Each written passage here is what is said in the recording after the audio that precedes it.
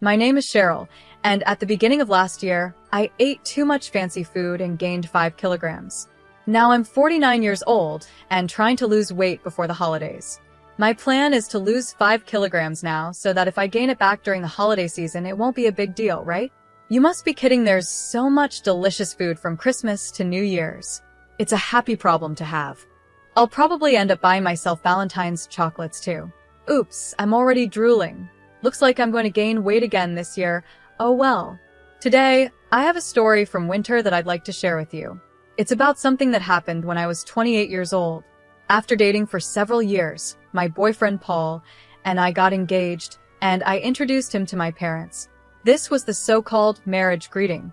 My parents liked Paul, and everything was supposed to go smoothly. But then my older sister Laura, who is 3 years older than me, came home from work and there was an issue. She became fixated on Paul. It's strange, but when you're sisters, you can sense each other's feelings.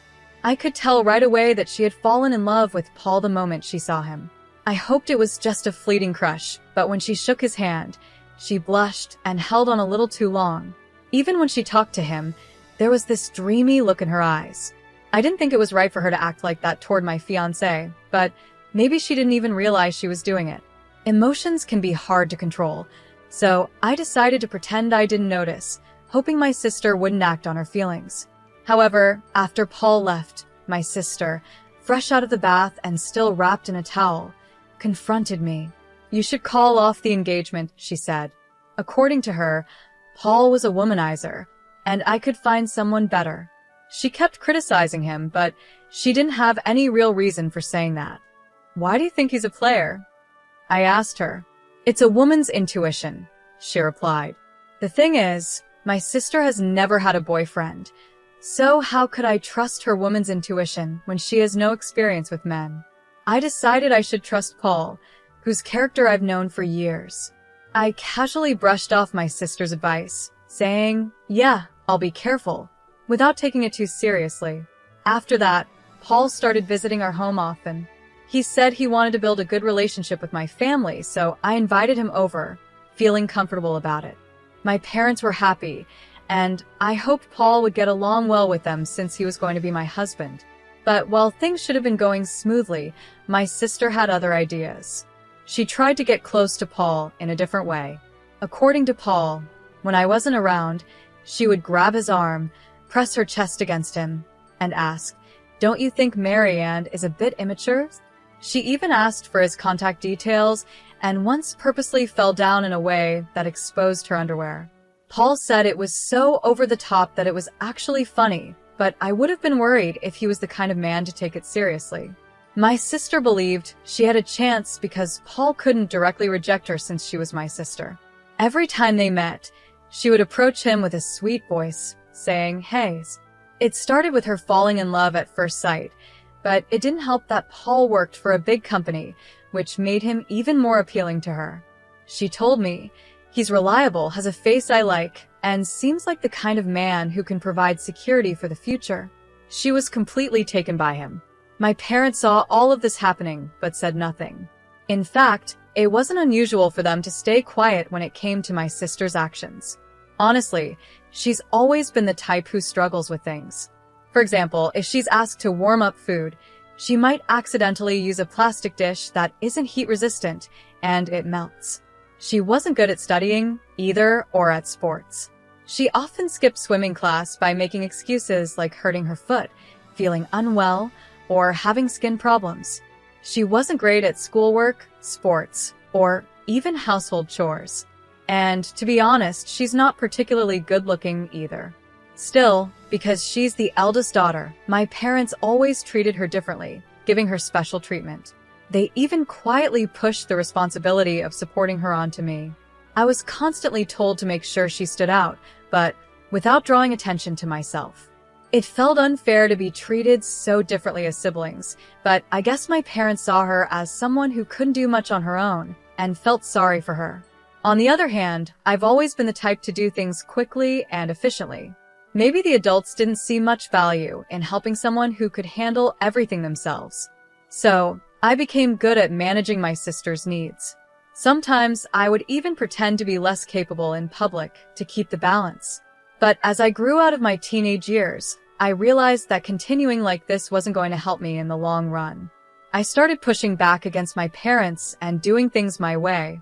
If I had kept going along with everything, I would have become someone who couldn't do anything. When I started standing up for myself, my sister didn't like it much because she was losing my support, but we never really had a bad relationship. We could still talk normally, and sometimes I even gave her advice when she had problems. Our family had its issues, like being too protective of my sister and a little bit of tension between us, but I still thought we were a pretty normal family. However, things changed when Paul didn't return my sister's feelings. She couldn't handle the fact that her younger sister was getting married before her. The night before my wedding, my sister blurted out to our parents, "I can't accept that my younger sister is getting married before me." My dad tried to calm her down, saying, "Don't worry, Laura.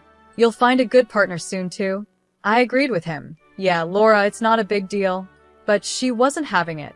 Normally, the older sister gets married first, then the younger one. It's too soon for her. "The wedding is tomorrow," I reminded her. "What are you talking about, Mom? Don't you care about me? I'll be the poor older sister who's left behind while her younger sister moves on," she cried. That night, I listened quietly from the hallway as my sister and our parents argued. Should my sister really get married first? If I waited for her to marry, I would end up growing much older, without any progress in my own life. What was she thinking? I hoped she would calm down after venting her frustrations. Then I heard something shocking. "We won't attend the wedding tomorrow, Laura. Please be okay with that," my father said. What? Both my parents agreed not to come to my wedding just to make my sister happy. I couldn't believe it. It was like they were under some spell, doing whatever she wanted. This went way beyond simply indulging her. Even then, my sister sighed, still not fully satisfied. "Fine, I'll compromise. Let her have a wedding that nobody acknowledges." It was clear she didn't want me to marry Paul, likely because she had feelings for him. It was unbelievable that my parents wouldn't attend my wedding because of my sister's jealousy. The day of my wedding came, but I barely slept the night before. Instead of excitement, I felt anxious and uncomfortable, constantly thinking about what had happened. I'll never forget the satisfied smile on my sister's face when my parents told her they wouldn't be there. At the venue, I had to explain to Paul and his parents why mine weren't coming. I apologized and said, "My sister doesn't support this marriage, so my family won't be attending." I told them it was heartbreaking to say that my own parents weren't coming to my wedding. My in-laws were shocked and couldn't believe there were parents who wouldn't attend their daughter's big day. After hearing my story, they stayed silent for a while. The mood felt so heavy, but then my mother-in-law gently took my hand, and my father-in-law placed his hand on top of ours. "Remember, your family is here with you. Don't let this day be a sad one. Come on. Why don't you smile?" my mother-in-law said warmly. Her words made me tear up.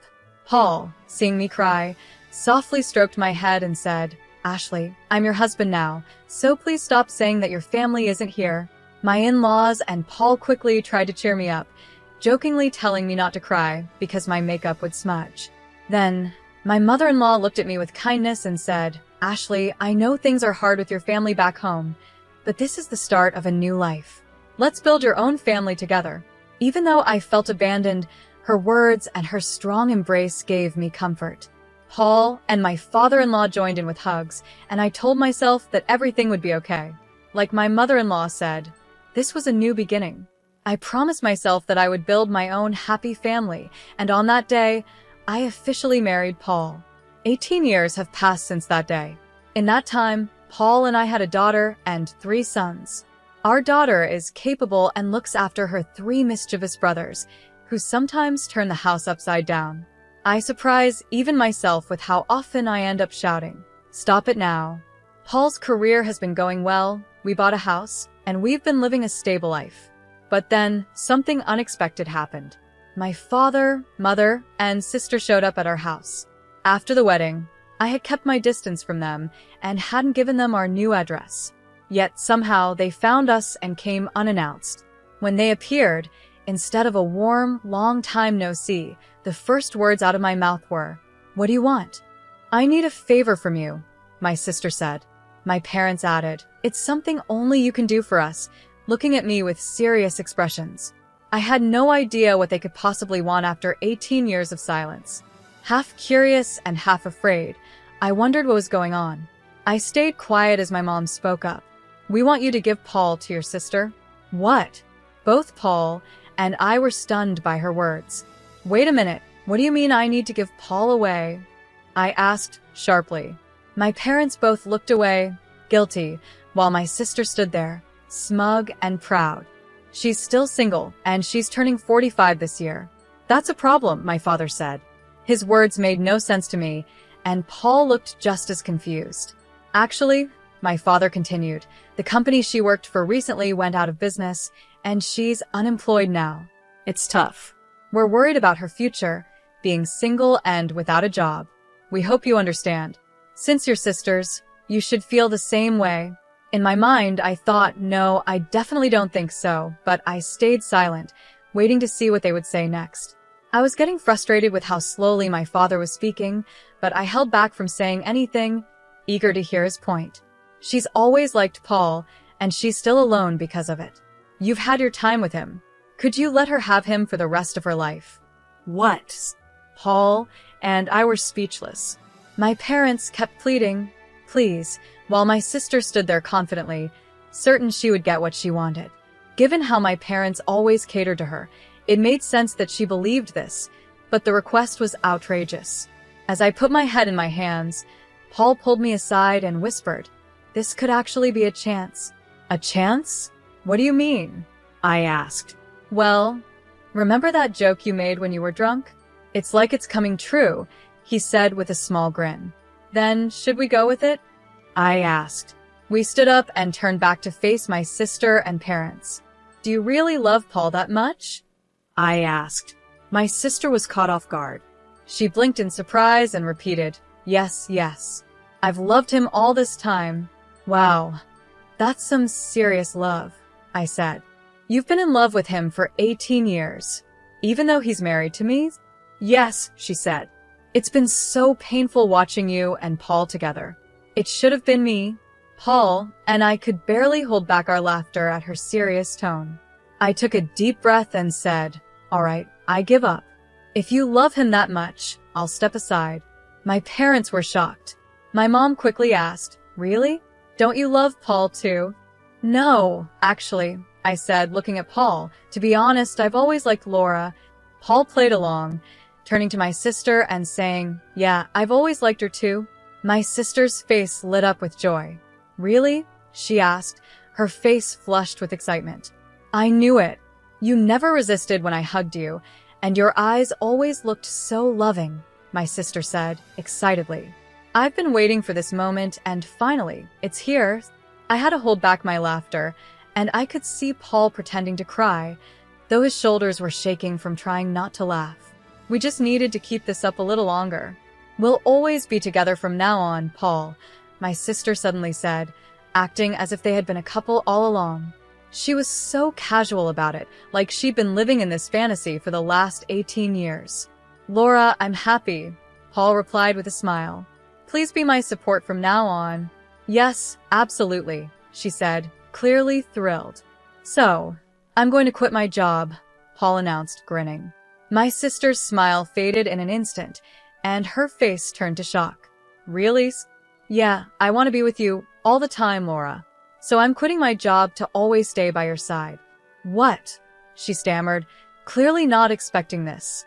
"I won't even go outside anymore," Paul continued cheerfully. "I'll follow you everywhere. I'll even watch you do housework from behind." My sister froze for a moment, her panic setting in, while our parents looked visibly disturbed. "But I'm not working either. This is a problem," she muttered. "What's the problem? If we're together, we have nothing to fear. We don't need money to be happy," Paul replied. "But nowadays, we need to pay for things like insurance. It's not like the old days. We can't just live on love alone," she argued, her eyes starting to lose focus. Sensing the moment was right, I jumped in. "Paul, if we end up divorcing, I'll be taking a large share of the assets, so you better pay up." "Don't worry," Paul said with a laugh. Your sister and parents will take care of everything. Hearing this, my parents turned pale and exchanged worried glances. Laura, my father said, this is hard to admit, but this isn't right. Stealing your sister's husband, it's wrong. Exactly, Laura, my mom added, suddenly backing away from the plan. It was as if all the passion and support for my sister vanished in an instant. What are you talking about? You promised Paul to me. Laura yelled, her frustration growing. That was before my father began, but she cut him off. I don't want to hear it. Doesn't anyone support me? Laura screamed, and in her frenzy, she grabbed my mom's hair. My father tried to calm her down, but it was chaos. In the middle of all this, Paul calmly spoke up. Laura, to be honest, you're not my type. I respect you as Ashley's sister, but that's it. Everyone fell silent, their attention now on him. I don't really want to interact much with you, especially when you look at me like that, Paul said. That gaze actually turns me off. Knowing that someone has unreturned feelings for me is really uncomfortable. His honest words left my sister and parents speechless. But Paul, what was all that earlier? My sister asked, clearly confused. Stop acting so casually with someone else's husband, I said firmly. There's no way he could fall for you. We have a family, and we're happy. As I said this, I stopped my sister, who was walking toward Paul with a pale face. You tricked me, she shouted. How could you think that someone who hasn't contacted you in 18 years still loves you? Isn't that a bit unrealistic? I asked. My sister's face turned red, and she started to tear up, clearly out of frustration. If you were really attractive, maybe it would be different. But no one finds charm in someone who is unemployed, dependent on their parents, and can't do basic things because their mom has always done them. At your age, a marriage wouldn't last long with those traits, I said plainly. Paul quietly chuckled behind me. My sister, hit by the truth of my words, began to cry loudly, unable to stop. Our parents tried to comfort her, but they looked confused, as if they were realizing that what I said was true. I'm not giving Paul to you, I continued. So please give up, Laura. At that, she cried even harder, like a child throwing a tantrum. It was a sad sight for an adult, and it was clear she hadn't matured. Take this as a lesson, and please don't involve yourself in our lives again, I said. No matter what trouble you face in the future, don't expect any help from us. With that, I slowly closed the front door. When my children asked what happened, I simply said, it's Halloween season, and it seems a ghost came early. My eldest suggested we exorcise the spirit, but I stopped the idea, though it did feel like there was a ghost wailing outside as my sister continued to cry. 6 years passed, and she's still single. She found a job but got fired for inappropriate behavior, and she caused trouble by rushing into a marriage that didn't work out. Now, she's banned from matchmaking events and seems likely to stay single for life. My parents, despite being tired, are still working part-time jobs to save money for her. They've probably realized they can't rely on her to take care of them in the future. Hopefully, they now understand the consequences of spoiling her all these years. I spend my days as a homemaker without having to worry about school fees for my kids, thanks to my smart children and my husband, who has a stable job. Sometimes, I wonder if working outside the home would help me burn off the extra calories I gained during the holiday season from eating too much. My daughter, who is already slim, is entering her growth phase and has been talking about wanting to go on a diet. I'm trying to convince her not to. You can think about dieting when you're older, like me, I tell her. My 3 sons love dancing and recently showed off their skills at a local event, where they won several awards. They proudly say, we're going to be in Pearl Jam one day. So, I really hope Pearl Jam stays together until they grow up. We regularly get visits from my in-laws, who are as dear to me as my own parents. We always enjoy delicious meals together. When the kids have their spring break, we plan to take a trip to a spa, and I'm excited about spending some quality time together. Although there were many challenges before marriage, my life since then has been filled with happiness. The bonds within our family have grown stronger, and I'm grateful for the love we share. I hope everyone stays healthy and lives long so we can continue to make precious memories together as a family.